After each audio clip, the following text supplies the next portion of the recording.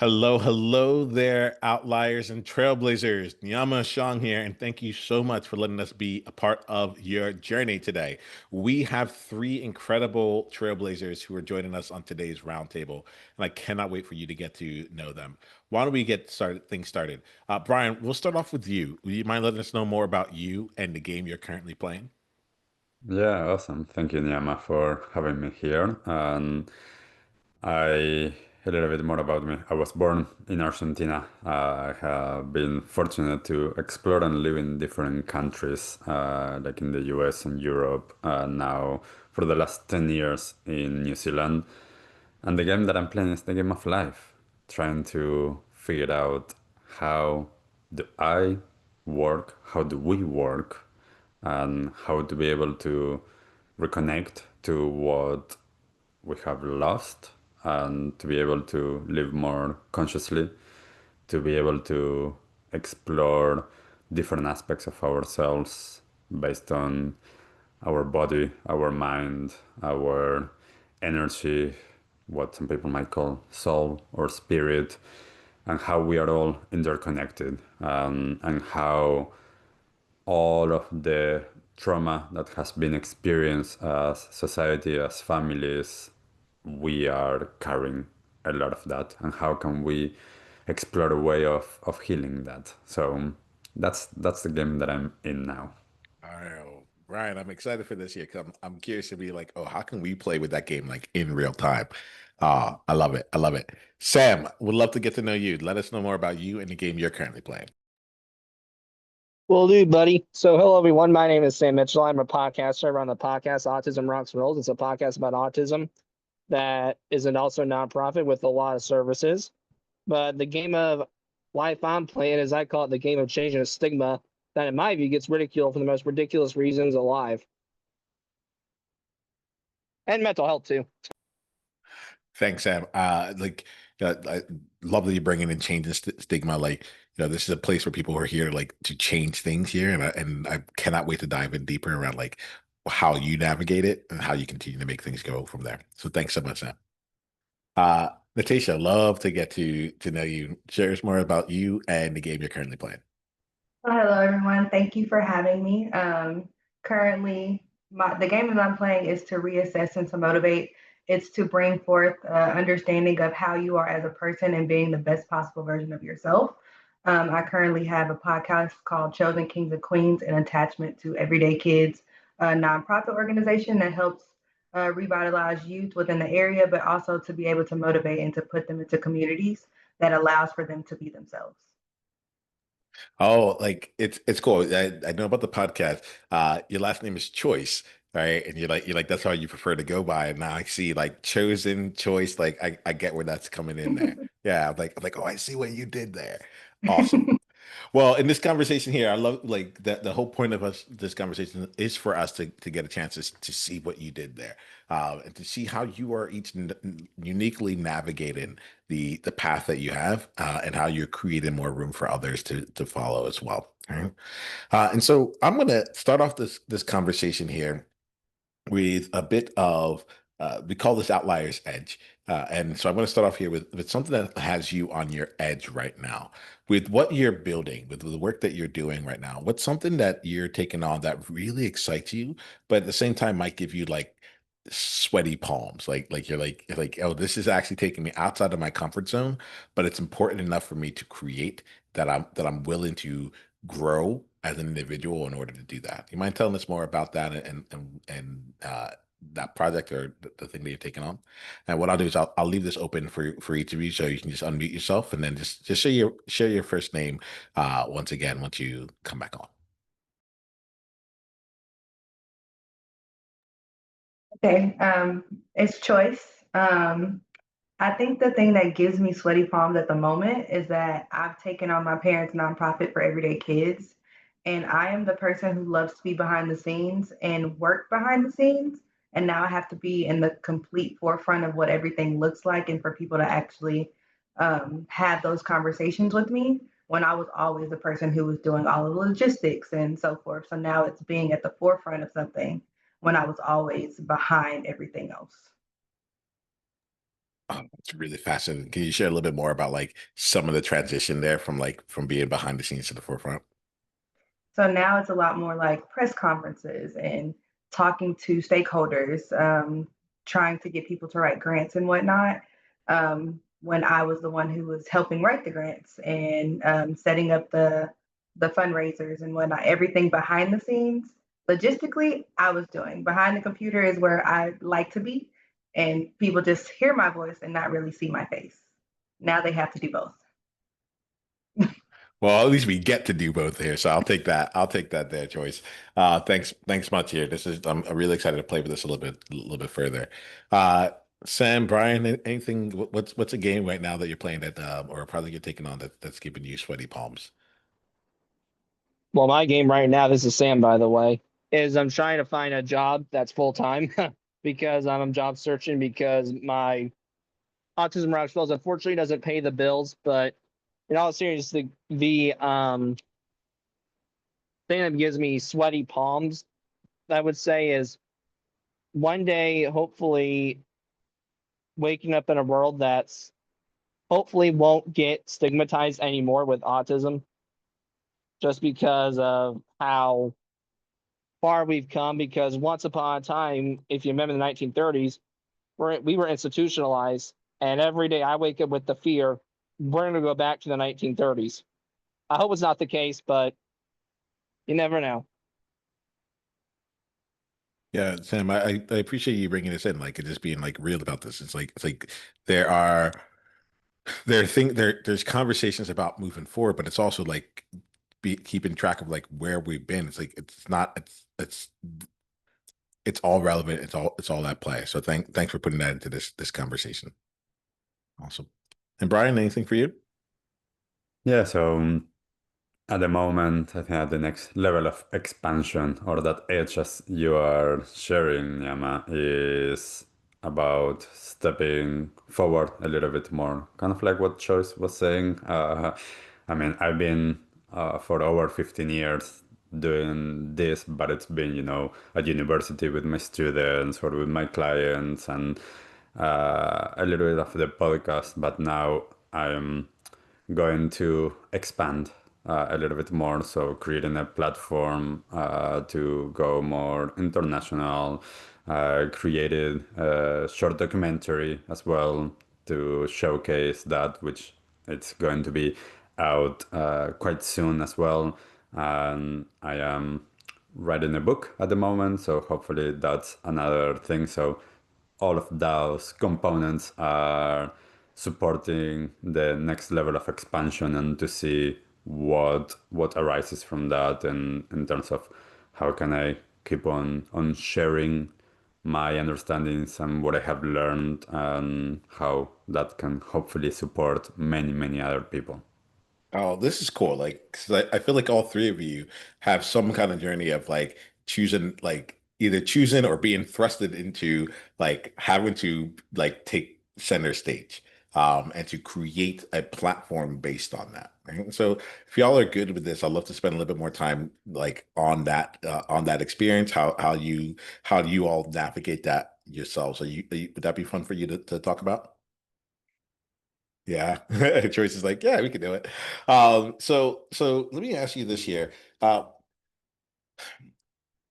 'Cause I'm thinking about various trailblazers that are listening to this as well, who might find themselves on the like in a similar position. Like Choice, when you're like, hey, I'm used to being behind the scenes and you're good at it, you know? Like I could hear you're like, look, we get the grants because that's where I was, the fundraisers work because that's where I was, and now I'm on the other side of it.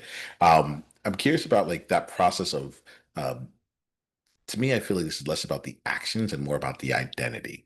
So how have you like had to change the way that you see yourself or the way that others see you? But let's start with you yourself. Let's make this a simpler question. How do you had to change the way that you see yourself as you step into more of being in the forefront? This is for all of you. Oh, um, changing how I see myself was like quite a quite a bit of a hassle for me.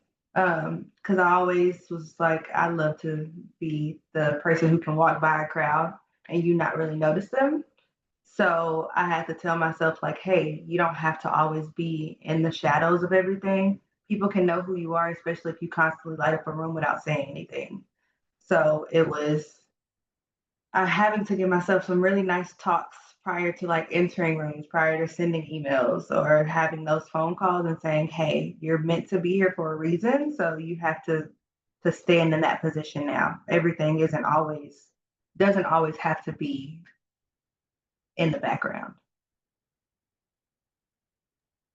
Right, so let's keep playing with this here, Joyce, like and all of us here. Brian, I see you unmuted when you hit us with something.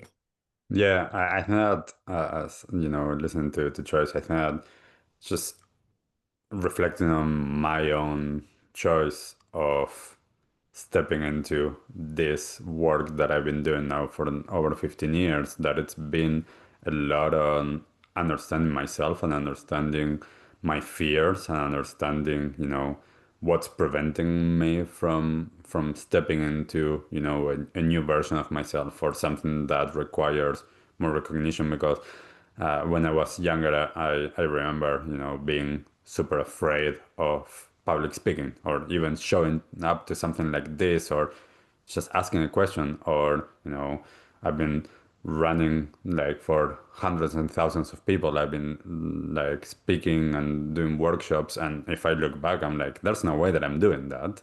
But I spent the time working on myself to try to understand and try to create something different so that it's not so much like just thrusting myself into something. It was about understanding more on, okay, this is where I'm at. Why are these my patterns? Why are these my beliefs? Why are these my tendencies? I'm working on some childhood trauma or some stuff that came before so that I was able to create that change, to be able to, in a sense, step into the position that I wanted to be in. And I keep on doing that all of the time. And I think that that work on myself has been instrumental in being able to actually create these changes.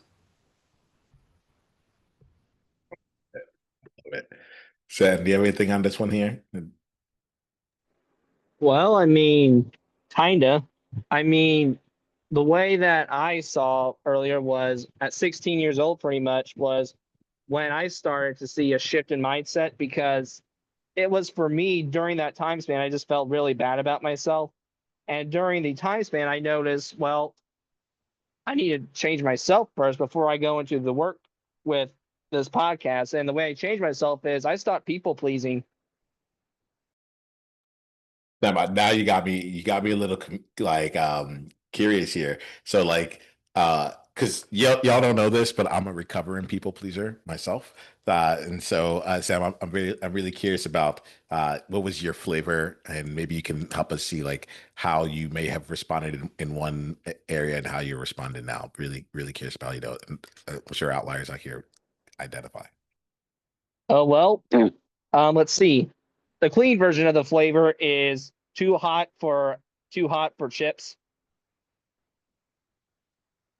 I love that. Like when I hear that, it makes me think about I had this thing that I would go around and say like I'm too much, right? It was almost like the prescription I would say to myself where I'm like I'm too much for most other people. And whenever I really wanted to go and stand out on the forefront myself, I'd be like, well, they can't handle me. Right. That's what I took from that. Like too hot for chips, like they can't handle me. And there's something in there where over time I got to a place where someone had a conversation which is like, what if it's not too much, it's not enough? And like what if you can walk through the world that way? And so that's been a game I've been playing. Sammy, thank you for bringing that back up right now.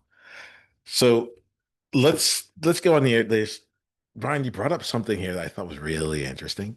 Because on one end we're talking about like the um the edge and the awesomeness of stepping up and like going into the forefront and creating the books and so on and so forth.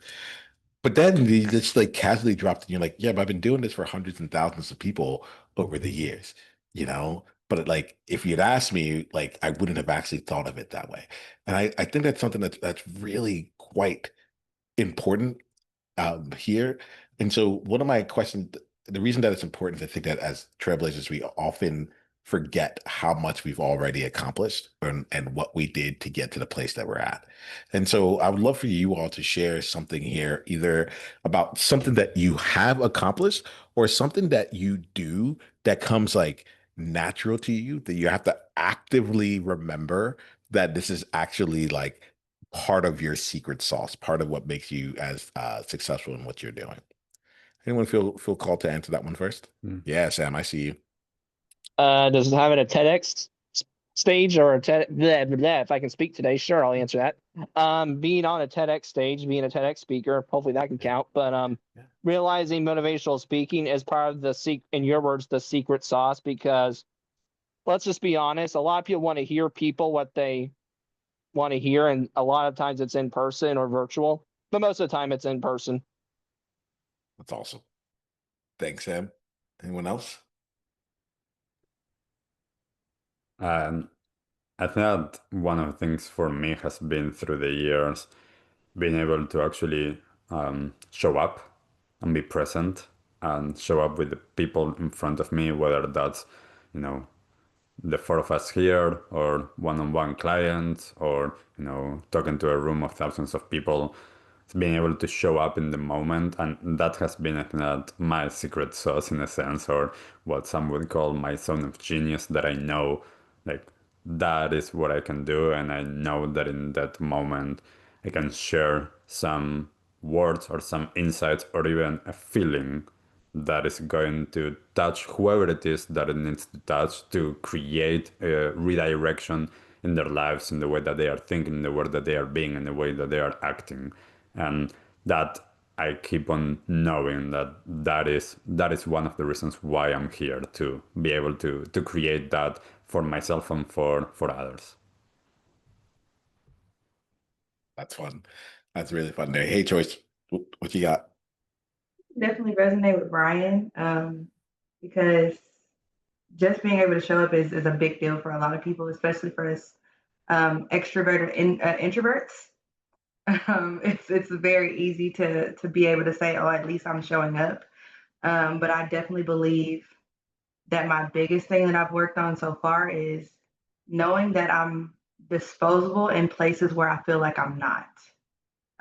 Because I guess like in my career field and whatnot, people will show you, oh, well, I need you for that. I need you for that. But as soon as they no longer need you anymore, they go to whatever's the next best thing. So learning that I can still always be myself, still always do the best that I can, and know that I'm still going to find my other niche or my other place, regardless of where I go. And what I walk on now is utilizing yourself before someone else tries to use you. Oh, Choice. So like you just brought in like three awesome like elements in that one there. So I'm gonna want to keep expanding on that one here. Um, so you talked about utilizing yourself for others to try and use you. And then you also this element of like being disposable. What I really loved about that in particular was that um it felt very freeing, is what I got from it, which is just like rather I when you said it, it took me to a conversation I had probably 15 years ago at this point, when I was working on Excel macros at a company, and one of the managers there was like, "You're going to want to password protect that so that every time they need to get it updated, they can come to you, and that's part of the way you start creating job security." And I remember thinking to myself, I'm like, this sounds awful. Like, I don't want to have to come back years later and be the only one that can fix this thing here. Like, and I actually started building everything with the opposite in mind. I'm like, how do I do it so that people just click a button and like it does all the stuff? Like, I'll work on the background. You just click this button and anyone can do it, because I don't ever want you to come and talk to me about this same problem all over again. There's more problems to take on. So why don't we slow down? I'll slow down. I want to ask about everything, but let's slow down in this one here. Um, would you mind elaborating for yourself, and then Brian, Sam, if anything is coming up for you around this topic of allowing yourself to be disposable in various areas? I think it's just super counterintuitive. I've never heard anyone really like say it that way, and so I just want to slow down and explore that just a bit further. So, Choice, I'll give it to you first, and then let's see if Brian or Sam have anything to join on us. Okay. So I am currently a behavioral therapist. Um, and growing up, I knew how to do a lot of things. I was good at them, maybe not great at them, but my work ethic showed like what it was that I needed to do. And as I got older, I was like, oh, people need me. They need me. And that was my mindset. As long as people need me, I'm always going to be needed. And as soon as I got like out of my little high school phase, that mindset of not everyone's going to need you. And once I got to my very first job and well, my very first big girl job, let's put it that way, big girl job. And one of my clients had a manic break. And I said, oh, okay, that'd be great. End up getting a concussion. And by that time I think I had 13 clients. So I was seeing about maybe 6 a day, roughly. And I got a concussion, went on workers' comp, and they literally said, they called me the next day after they got the paperwork. And it was like, are you coming into work? And I said, oh, absolutely not, not doing this. So then as soon as I put my notice in, it was like, hey, can you send us over all of these documents so whoever comes in after you can, start fresh? And I said, I created these templates. I'm not doing that. If you need them, you can copy them before I leave.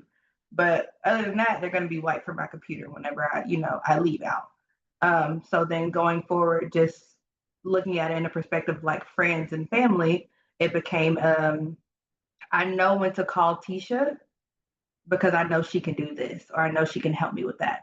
And it got to the point where I was just like, if I don't give you a response or if I don't give you an answer, then you have to figure out how to do it yourself.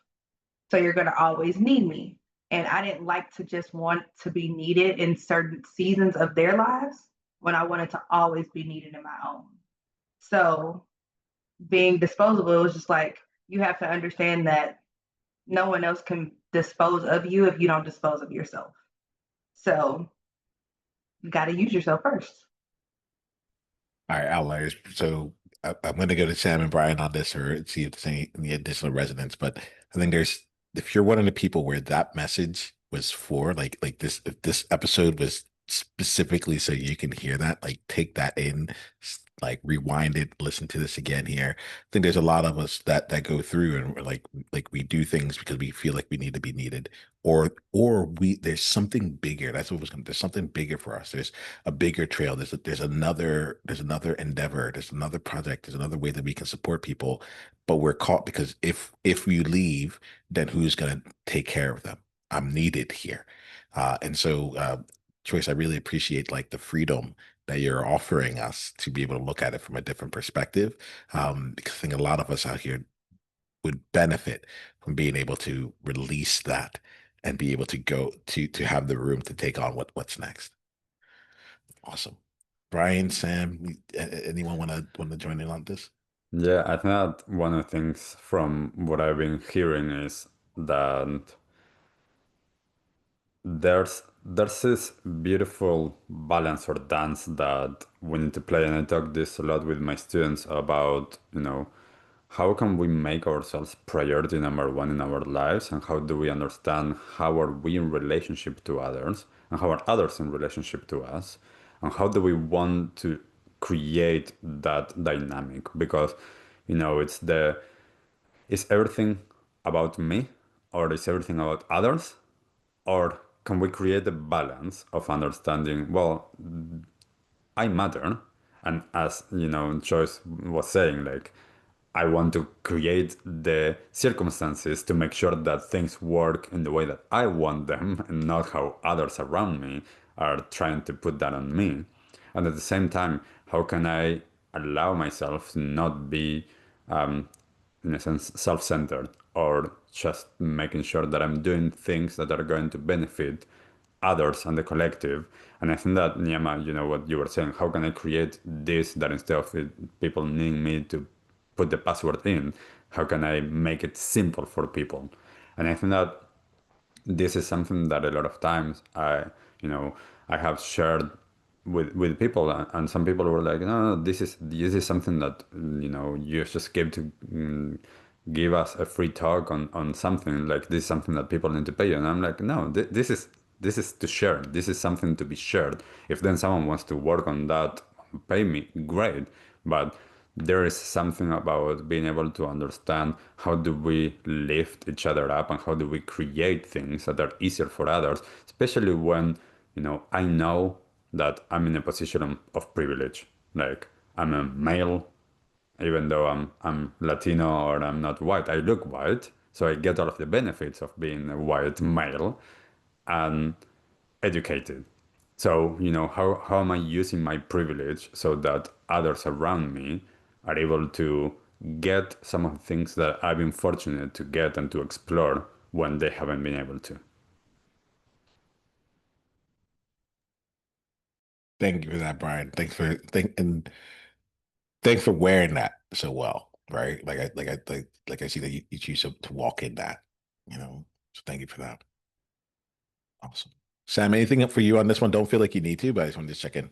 Yeah, I'm a pass because those two said it the best. Yeah, I got you on that. I got you on that. It's really fun. It's really fun having this conversation because I like as y'all are talking, I'm like, oh yeah, no, like you get it. You get what it's like. And the components that I really appreciate is that it's very real, right? Like it's not the things that are glossy that we're talking about. We're talking about the things that are like, hey, look, this is how I've actually gone and navigated this path for me.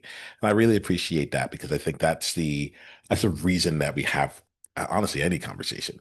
The one of the goals that I have is to be able to see like, so how are you doing this? Because I don't know if you know this, but it sucks over here for me. And I see that over there, everyone else is making it look really good, but like this is work and this is challenging right now, you know?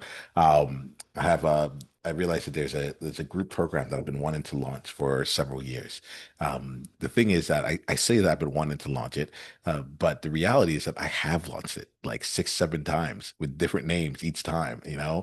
And I'm like, what does it look like? How are you all navigating, the uncertainty of bringing something new out to life here? So, um, we talked a little bit about something that felt like an edge for you. I don't want to go back in like this the same realm here. Um, so I'll ask this question.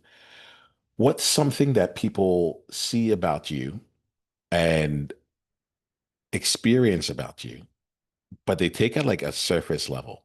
And if they really knew you or really knew what you're up to, they would realize that something much deeper was taking place. For me, I'll use this. I like the example of the podcast as an example of it all. I let y'all know about this beforehand, but my mission is to bring together a truly inclusive and empowered world. So like people think that they're coming on the podcast and it has like a more of like a solo element, but like my one of my hidden missions is like you all get connected to each other, right? And like in doing so, my mission is fulfilled, you know. And so I'll be curious. I'll be curious what some of the things that you do that's like it's basically your not so hidden strength. Anyone want to take that one on? Yeah, Sam, please. I hope this is an answer at least. But anyway, what the deal is with my that could be people don't see and they misinterpret is what we could say is I do have a tendency to be blunt and rude and sometimes cross the line of speaking, but I'm not doing it out of spite and out of disrespect. I'm doing it because I'm real with you. That's how I've been raised. You may not like it, but you're going to have to deal with it. But I'm not doing it because I hate you. I'm doing it because I want what's best for you, not because what I want is the worst for you. And people sometimes get deterred. Well, he's just a big, rude person. No, I'm not. I'm telling you what's going to happen, probably will happen. If you don't like it, that's not my problem. So this is fun for me because you talked about like coming from being a people pleaser. So like I hear this here, you've gone from a people pleaser to being a truth teller. Uh, like and that feels like quite the journey there. So thank you, Sam. Choice, Brian, anything else come for you on this? And don't feel like you need to have anything on it. The question was, I don't know. it makes you think. It definitely makes you think of if it's something that people see in you that they only see surface level, or if it's something that people see in you that you don't see in yourself. Mhm. So I don't know how to answer that. I get that. Thank you for that. Mm. I think that, it's quite interesting for me, this question, because I wear a lot of hats throughout my weeks, and a lot of different people know me from different aspects. Some people know me as their teacher at university. Some people know me as their therapist. Some people know me as their meditation teacher, or different components of who I am or what I'm offering, and yet those are just a part of me. Those don't define me. Those don't define who I am, or my worth even in this world. I'm just showing up in different places as that because that is what those spaces require of me. Mhm. And there's spaces that what it's what requires of me is just being present and being there to listen. And that's a very different place than showing up on stage and giving a talk. I'm still the same underneath. I am still a person that, and I keep on saying this to everyone, I'm an ever evolving being. I keep on exploring, I keep on being curious, I keep on being open, I keep on digging in and trying to peel off the layers that are preventing me from being the person that I know that I already am, that sometimes I am hiding from myself. And I think that this, the path of self-inquiry, of questioning, the path of what many would call growth or development, it is for me one of the biggest attributes in me. And not everyone sees that, because some people, again, like if someone sees me teaching, it's like, oh, that's Brian. Brian knows. And it's like, well, I know something on that because I'm teaching it, but I don't know everything. I don't even know much. And it's that openness or that curiosity that a lot of people don't, I think that they don't see, or they just see one aspect of what they want to see in that place. Mm. Let's see that. I appreciate that. I appreciate that. You all have really chosen to play, and I'm grateful for you all here. We're about to wrap up this conversation. Outliers, if there's anything in this conversation that really struck you, I ask that you share this out with your people. And in particular, if there's something in this conversation that you feel like one person in your life needs to hear, just like send them a message and share this episode with them.